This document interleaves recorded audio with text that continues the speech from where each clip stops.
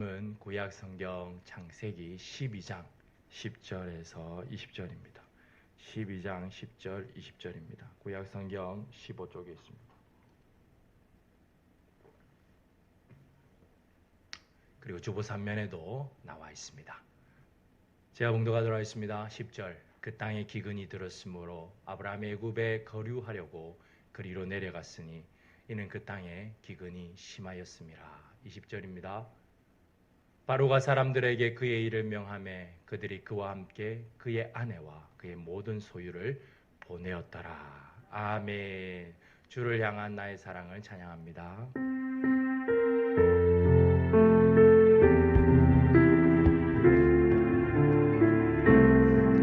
우리의 몸과 마음과 정성을 다하여 하나님을 찬양합니다.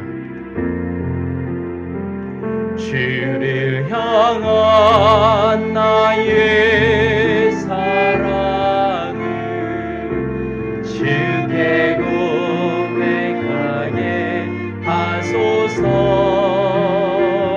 아름다운 주의 그늘 아래 살며 주를 보게 하소서. 주님의 말씀 선포될 때에 땅과 하늘 진동하리니 나의 사랑 고백하리라. 나의 의지 나의 증거 주님의 말씀 선포될 때에 땅과 하늘 진동하리니 나의 사랑 고백하리라. 나의 의지 나의 증거.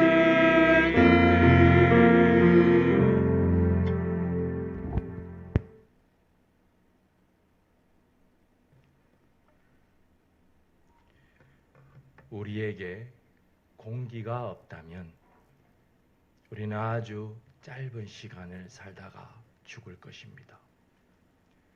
그 시간을 버틴다 하여도 대부분의 뇌사 상태에 이르게 됩니다. 이렇게 중요한 공기를 지금도 먹고 마시면서 우리는 얼마나 이 공기의 가치를 알고 살아가고 있습니까? 예전에는 제가 어릴 적만 해도 물을 사 마시지 않았습니다. 제가 어렸을 때 물을 사서 마실 시대가 올 것이다 라는 것을 배웠습니다. 그땐 아무도 믿지 않았습니다. 물을 사서 마신다고? 곳곳에 물인데. 그런데 지금 어떻습니까? 우리는 물을 사서 마십니다. 이렇듯 물이나 공기는 없어서 안 되는 필수적인 것들입니다. 그런데 그 중요성이 너무나도 간과되어 있습니다. 우리들 가운데서 지금 제가 머지않아 공기도 사서 마시는 시대가 옵니다 라고 말하면 이 중에 과연 몇이나 그 말을 믿겠습니까? 저는 보았습니다. 집에서 개인용 산소통을 메고 사시는 분을 말이죠.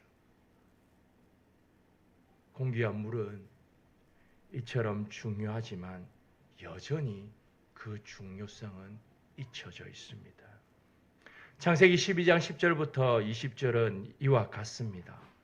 중요하지만 잊고 사는 것, 바로 그것에 관한 통찰력을 제공하는 본문이 창세기 12장 10절부터 20절의 말씀입니다.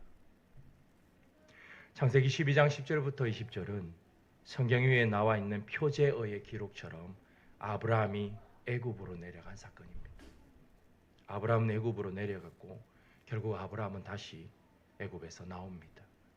예, 맞습니다. 우리가 예배 전에 이 성경 본문을 미리 다 읽을 때에 아브라함이 애굽에 내려갔구나 하는 것을 투명하게 알 수 있는 본문입니다. 그렇다면 왜 아브라함은 애굽으로 내려가야만 했습니까? 이것은 성경이 명확하게 10절에서 답합니다. 그 두 번이나 그 이유를 명확하게 적고 있습니다. 창세기 12장 10절입니다.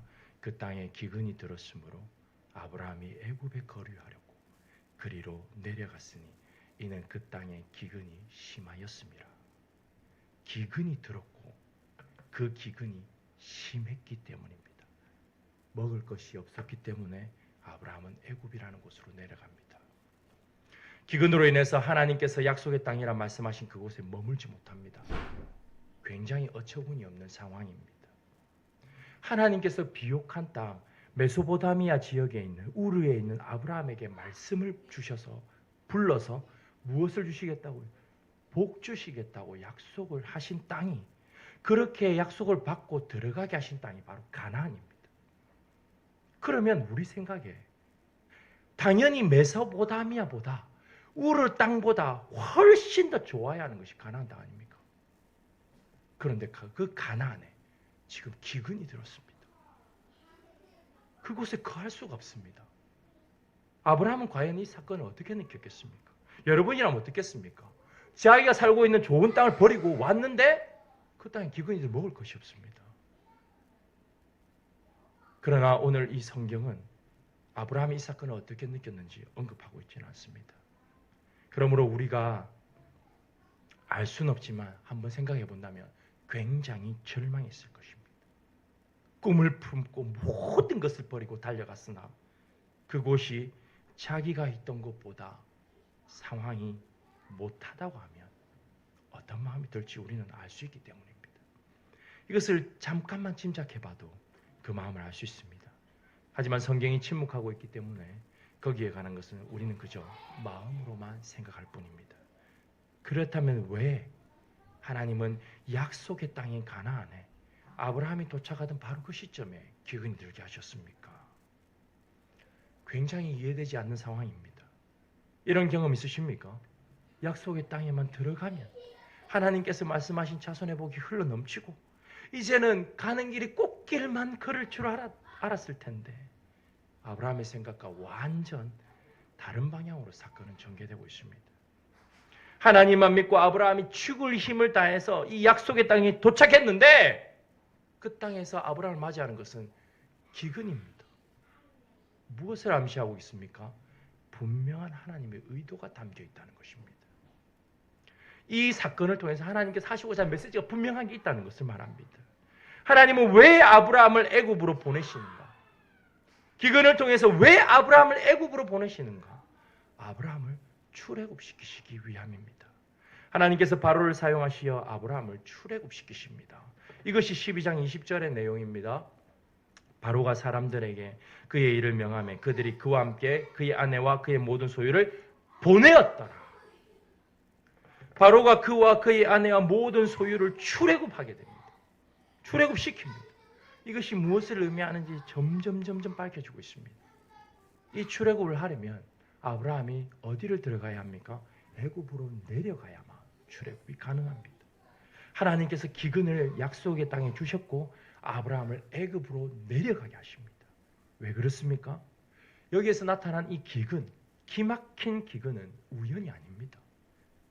성경에서 말하는 기근은 전적으로 하나님께 달려있기 때문입니다. 성경에서 말하는 기근은 오직 하나님께 달려 있습니다. 이 말을 직접 하나님께서는 선지자 아모스의 입을 통해서 전달하십니다. 아모스 8장 11절입니다. 우리 함께 읽겠습니다. 주 여호와의 말씀이니라. 보라, 날이 이를지라 내가 기근을 땅에 보내리니. 누가 보내십니까? 하나님께서 보내십니다. 엘리야의 시대에도 수년 동안 하늘을 닫으신 분, 3년이 넘게, 3년 6개월이 넘게 하늘을 닫으신 분 누구십니까? 바로 하나님이십니다. 열왕기상 17장 1절입니다. 내가 섬기는 이스라엘의 하나님 여호와께서 살아계심을 두고 맹세하노니 내 말이 없으면 수년 동안 비도 이슬도 내리지 아니하리라 하니라. 누가 하늘을 닫으셨습니까? 하나님이십니다. 완전한 가뭄입니다. 가뭄으로 인해 먹을 것이 없습니다. 기근입니다. 누구 때문에요? 하나님께서 행하셨습니다. 따라서 이 가나안 땅의 기근도 전적으로 하나님께 달려 있습니다. 물론 애굽에 내려가는 것은 어려움이고 불편임을 알 수 있습니다. 어쩌면 두려움입니다. 이것을 사레의 빛난 외모를 통해서 아브라함은 그의 마음을 표현합니다. 아브라함 말합니다. 당신은 정말 아름답습니다. 당신의 아름다움을 애굽 사람들이 취하기 위해서 나를 죽일까 두렵습니다. 제가 이 본문을 보면서 아브라함의 행위가 어느 정도는 이해되었습니다. 외국인도 아름다운 여인은 알아보기 때문입니다. 저도 아름다운 여인과 함께 살고 있기 때문입니다. 제가 네덜란드에 있던 시절에 네덜란드 사람들이 제 아내를 가리켜서 이렇게 말했습니다. 당신이 미스 코리아입니까? 제게 물은 적이 있습니다. 그래서 제가 한동안 아내에게 계속해서 네덜란드 미스 코리아요. 이렇게 제가 아내를 우스갯소리로 계속 부른 적이 있습니다. 사례는 이후 왕의 눈에 든 것으로 보아서 굉장한 미모의 여인이 확실합니다. 사례와 아브라함이 10살 차이가 나기 때문에 대략 여인은 한 60대로 보입니다. 60대의 여인입니다. 60대 여인이 얼마나 아름다웠는지는 왕이 그 여인을 부인으로 뽑았다는 말을 통해서 알 수 있습니다. 그러니 그 당시의 사회에서 아브라함의 반응은 어쩌면 마땅한 행위입니다. 자신이 족장이기는 하지만 한 부족의 족장에 불과했고 그런 한 족장이 지금 한 나라인 애굽에 들어가는 상황입니다. 그 땅에서 지도 새도 모르게 죽을 수 있는 그런 상황입니다. 게다가 아내가 이쁘다면 이것은 더욱 불보듯 뻔한 일이었습니다. 그들이 아내를 취하려면 남편이 자신을 죽여야 하기 때문입니다. 아니면 적어도 그들의 종이 될 수 있는 그러한 상황입니다. 여기에 관해서 누가 쉽게 아브라함은 하나님을 불신했네 라고 돌을 던질 수 있겠습니까? 그래서 아브라함은 사레와의 관계를 정확하게 하고자 합니다. 당신과 나 사이를 온유로 합시다. 그러면 아브라함은 죽지 않을 것입니다. 아브라함이 이런 두려움을 안고 애굽에 들어갔습니다. 그가 두려워했던 것보다 어쩌면 더한 일이 일어났는지도 모릅니다. 왜냐하면 애굽 왕인 바로가 아브라함의 아내인 사레의 외모에 반해서 자신의 아내로 삼았기 때문이죠. 이로 인해서 자신은 애굽의 많은 것을 받게 되었으나 그는 아내를 내주게 됩니다. 그런데 본문은 놀라운 일을 기록하고 있습니다. 이것이 무슨 일입니까? 애굽 왕인 바로가 자신이 취한 사레가 아브라함의 아내인 것을 알게 됩니다. 아브라함이 말하지 않았습니다.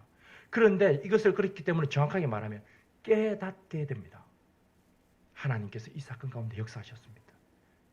왜냐하면 하나님께서 바로의 집에 재앙을 내리셨기 때문입니다. 하나님께서 어떤 재앙을 내리셨습니까? 본문이 기록하고 있지 않기에 우린 여기에 중요성을 둘 필요가 없습니다. 어떤 재앙을 받았지? 관심을 둘 필요가 없습니다. 본문이 기록하고 있지 않는 이곳이 아니라 단지 우리는 무엇에 집중해야 됩니까? 본문이 기록하고 있는 하나님께서 바로의 집에 재앙을 내리셨다는 점입니다. 그렇다면 왜 하나님께서 바로의 집에 재앙을 내리셨습니까? 바로 아브라함과 맺은 씨의 약속 때문입니다.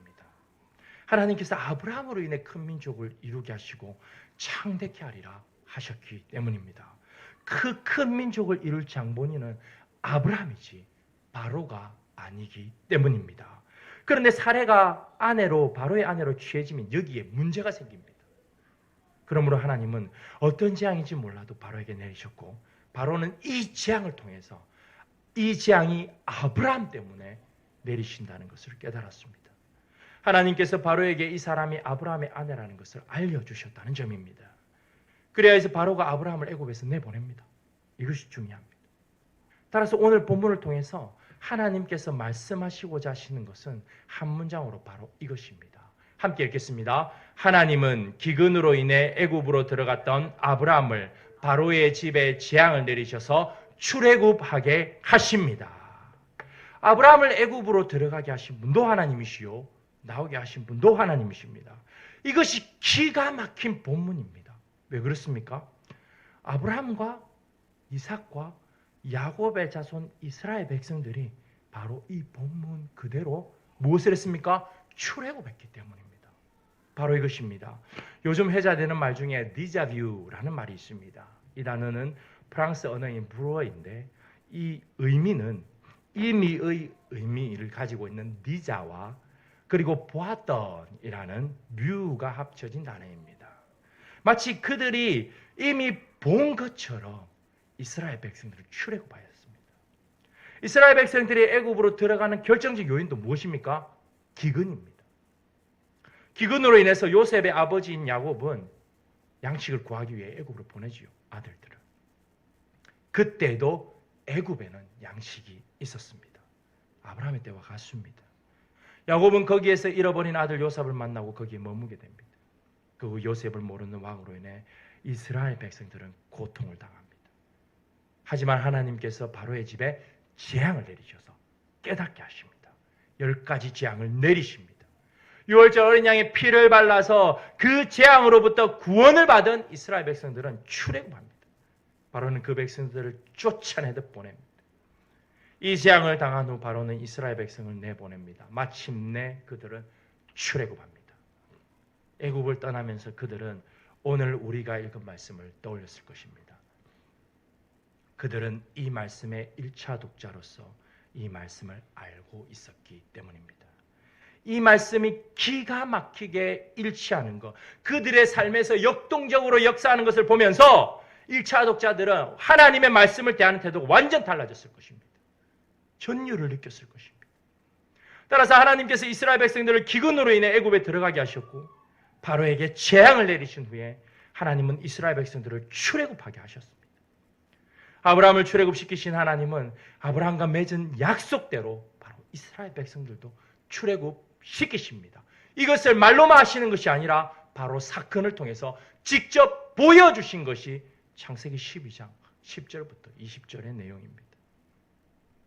그렇다면 아브라함의 출애굽 사건, 이 사건이 오늘 사는 우리와 무슨 상관이 있습니까? 창세기는 기원전 1400년경에 일어난 과거의 기록입니다. 그래 따지면 지금부터 3400년 전 일어난 사건입니다. 그러므로 우리와 굉장한 거리가 있습니다. 어떻게 우리가 연결할 수 있습니까? 아브라함의 출애굽은 우리의 출애굽을 보여줍니다. 우리에게 있어서 아브라함의 출애굽, 이스라엘 백성의 출애굽 사건은 기원전 대략 1400년 전에 일어났던 그런 단순한 역사적 사건 이상입니다. 왜냐하면 이제는 하나님께서 예수님을 세상 가운데 보내셨고 이 세상 가운데서 예수님을 출애굽하게 하셨기 때문입니다. 혹시 아십니까? 주님께서 십자가에 죽으시고 부활하신 사건을 성경은 출애굽이라고 부르는 것을 말이죠. 이것은 변화산 사건에서 일어난 일입니다. 예수님의 모습이 변화되었다고 하여 예수님의 모습이 변화되었다고 하여 붙여진 이름이 바로 변화산입니다. 주님께서 변화되신 그 산을 변화산이라 부릅니다. 변화되신 주님은 두 사람과 대화를 하십니다. 그들은 모세와 엘리야입니다. 모세와 엘리야와 대화하십니다. 그 내용을 자세히 들여다보니 이렇습니다. 누가복음 9장 31절입니다. 함께 읽겠습니다. 영광 중에 나타나서 장차 예수님께서 예루살렘에서 별세하실 것을 말할세. 무슨 말입니까? 예루살렘에서 앞으로 어떤 일이 일어납니까? 예수님께서 십자가에 죽으십니다. 그리고 사흘 만에 부활하십니다. 따라서 그들의 대화 내용은 예수님께서 예루살렘에서 죽으시고 부활하신다는 내용입니다. 그런데 이 말을 우리말 성경은 죽음에 초점을 두고 별세라는 단어를 사용하여 말하고 있습니다. 그래서 지금도 성도의 죽음이 있는 장례식장에 가면 하늘에서 불렀다라는 뜻의 소천이다라고 말하는 자들도 있고 아니다. 성경에서 별세라고 말하고 있기 때문에 성도의 죽음을 별세다라고 불러야 한다고 말하는 자들도 바로 이 누가복음 9장 31절의 본문 때문입니다. 이 본문의 정확한 번역, 별세라는 단어는 출애굽입니다. 출애굽하실 것을 주님께서 영광 가운데 나타나서 모세와 엘리야와 말씀하신 것은 예수님께서 출애굽하실 것을 말씀하셨다는 내용입니다.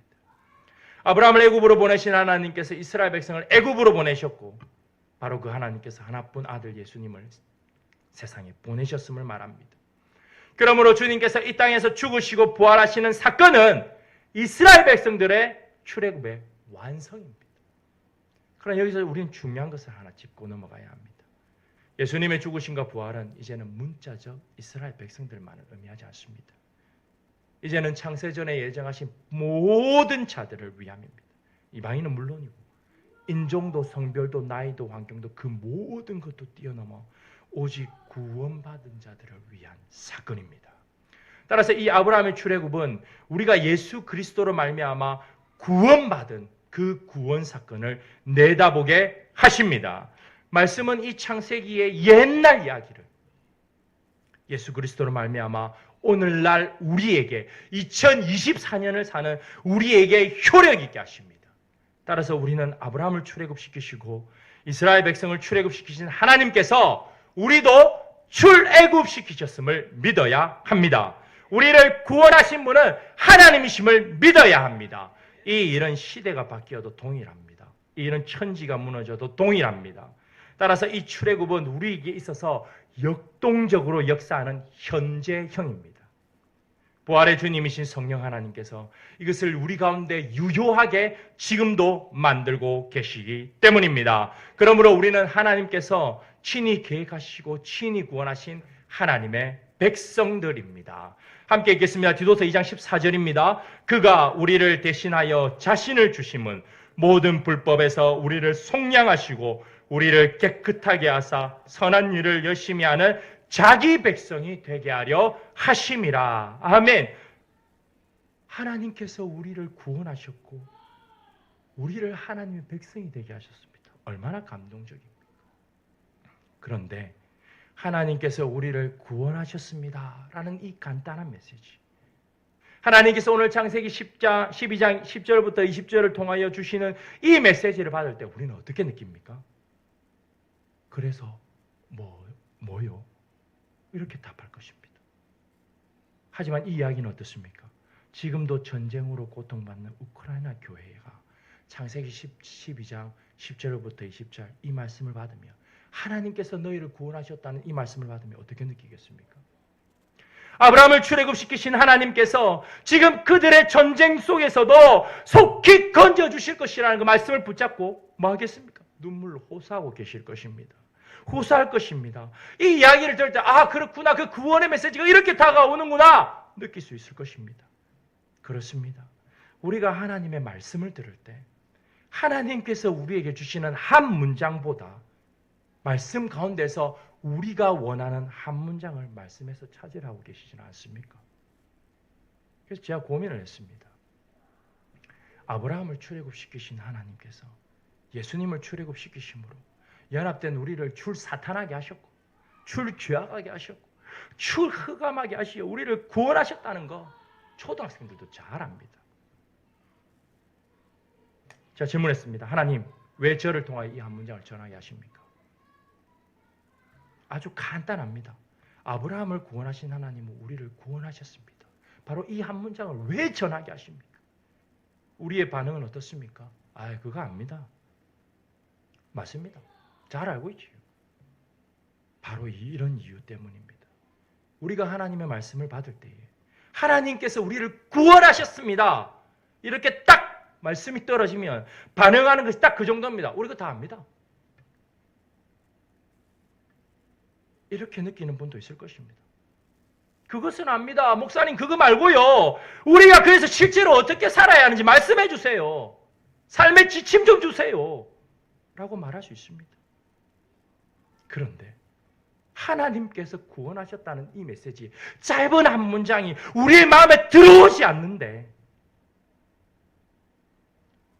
그 말씀을 받을 때 내 안에 구원의 기쁨과 감격이 넘쳐나지 않는데 실질적으로 어떤 것을 기대할 수 있겠습니까? 구원은 이미 받은 것이니까 오케이 받았으니까 한편으로 딱 제쳐놓고 그렇게 살고 계시지는 않습니까? 바쁘게 살아가는 우리에게 과연 이 구원의 메시지가 무슨 의미가 있습니까? 하나님께서 오늘 우리에게 이 창세기 12장 10절부터 20절을 주시는 이유는, 이 창세기 말씀을 통하여 메시지를 주시는 이유는 하나님의 백성은 죽으시고 부활하신 예수 그리스도로 말미암아 구원받은 백성임을 알려주시기 위함입니다. 제가 계속해서 창세기 설교를 하고 있습니다. 이렇게 설교하는 것의 가장 큰 장점이 무엇인지 아십니까?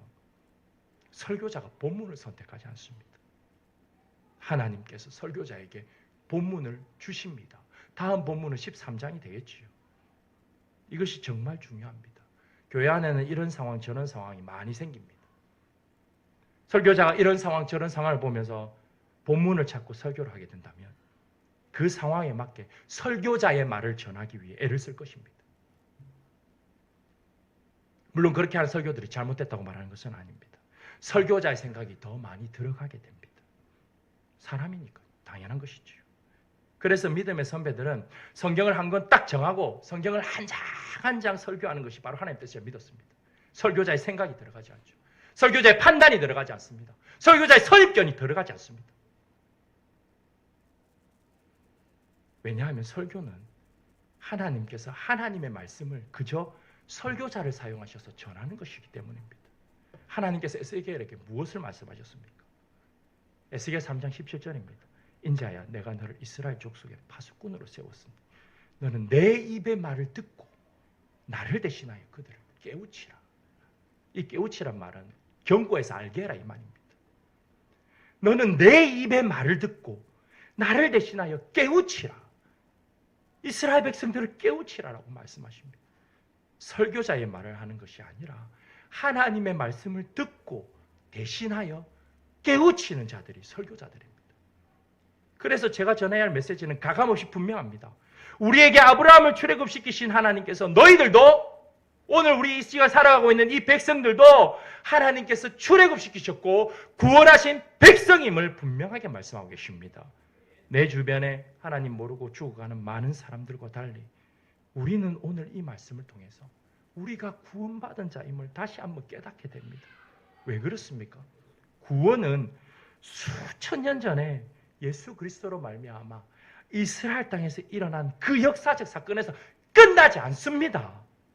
지금도 성령 하나님께서 우리가 예수 그리스도로 말미암아 구원받은 자임을 확신시키시고 구원받은 자답게 살아가게 만드는 현재 진행형이기 때문입니다. 나아가 우리에게는 또한 영원한 하나님 나라가 남아 있습니다. 우리는 가고 있지요. 그 나라를 향해서. 진행형입니다. 또 우리가 살아가는 세상만 쳐다보아도 이것이 현재형인 것이 분명하게 구별됩니다. 주일에 우리는 교회에 나와 예배드리고 믿지 않는 자들은 그들의 원하는 대로 살아갑니다. 그들은 예수 그리스도로 말미암아 우리에게 구원을 주셨다는 것을 모르기 때문입니다. 그들은 구원 자체를 모르고 우리는 구원받은 것이 얼마나 귀한 것인지를 모르고 그래서 이런 메시지는 우리 현실에 맞지 않습니다 라고 여기는 것은 아닙니까? 그래서 저는 이런 메시지가 필요하다고 생각합니다. 아브라함을 출애굽시키신 하나님께서 우리를 구원하셨습니다. 이 메시지를 전해야 고민이라도 할 것 아닙니까? 아, 그렇지. 하나님께서 나를 구원하셨지. 하나님께서 나를 구원하셨다는 것을 잊고 살았네. 이런 인식이라도 우리에게 생길 거 아닙니까? 이런 인식이 생기면 우리의 삶이, 이런 인식이 우리의 삶을 바꿔가기 시작합니다. 내가 구원받은 백성인데 이렇게 살아서는 안 되지. 우리가 하나님의 백성답게 살아야지. 내가 하나님의 백성답게 사는지 안 사는지 하나님께서 다 보고 계실 텐데. 다만 손바닥으로 하늘을 가릴 수 있다고 생각하고 있지는 않습니까? 손바닥으로 하늘을 딱 가리면요. 하늘이 가리워지지 않습니다. 손바닥 때문에 우리의 눈이 가리워지는 것입니다. 다른 사람들 다 그렇게 사니까. 구원받았다는 사람들, 교회 다니는 사람들 다 그렇게 사니까. 나도 힘드니까. 어쩌면 미련한 인생들이 하나님을 속일 수 있다는 생각을 가지고 살면서 오케이, 괜찮아. 나는 구원받았으니까. 괜찮아. 라고 위로하면서 살고 계시지 않습니까? 우리가 이 말씀 앞에 진지하게 한번 점검해 볼 수 있기를 바랍니다. 전도를 할 때 전도 용품을 주면 종종 이런 소리를 듣습니다. 여러분들도 한번 들어보셨을 것입니다. 이미 받았습니다. 이것이 오늘 말씀을 대하는 우리의 태도가 아니기를 진정으로 바랍니다. 저는 정말로 바랍니다. 이런 구원의 메시지가 선포될 때에 우리 안에서 구원의 기쁨과 감격이 회복될 수 있기를 진정으로 바랍니다. 자식이 공부를 잘하고 뭔가를 잘해서 상을 받으면 힘든 것도 어려운 것도 지금 하고 있는 모든 것에 그것을 기쁨으로 감당할 수 있듯이 오늘 이 메시지를 들을 때에 우리 안에 이 구원의 기쁨과 감격이 넘쳐난다면 구원받은 자로서 무슨 일이든 할 수 있습니다.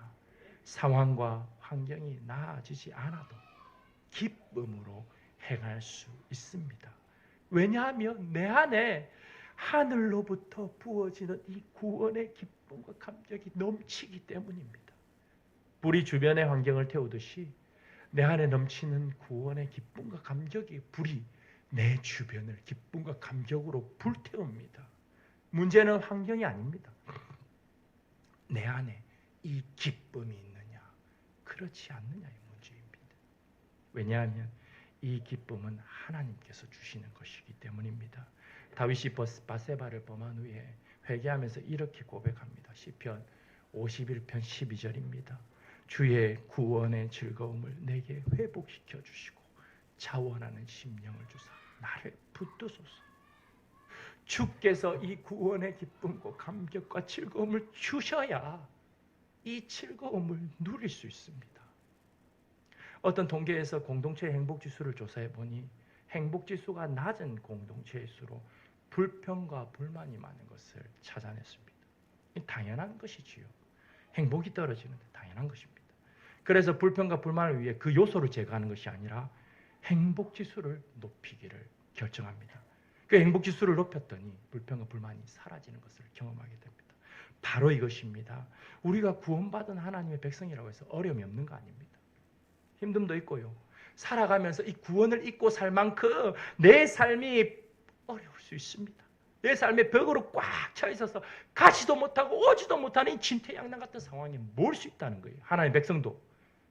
그런 환경 앞에서 좌절하거나 때론 입에서 거친 불평과 불만이 일어날 때 그때가 바로 성도인 우리에게 구원의 기쁨과 감격의 지수가 채워져야 하는 시기입니다. 하나님 상황만 바뀌면요, 환경만 바뀌면요, 내 입에서 불평불만 안 합니다. 하나님 이것만 해주시면요, 그게 아니라 행복지수를 높여야 되듯이 우리 안에 구원의 기쁨과 감격의 지수가 올라가면 그것은 자연적으로 해결되는 문제입니다. 왜냐하면 우리는 구원받은 하나님의 백성이기 때문입니다. 하나님께서 우리를 구원하셨습니다. 이 메시지, 이 구원의 메시지가 우리를 사로잡기 원합니다. 구원의 기쁨과 감격은 물론이고 내가 받은 구원을 나는 어떻게 생각하고 있는가 진지하게 한번 바라볼 수 있기를 바랍니다.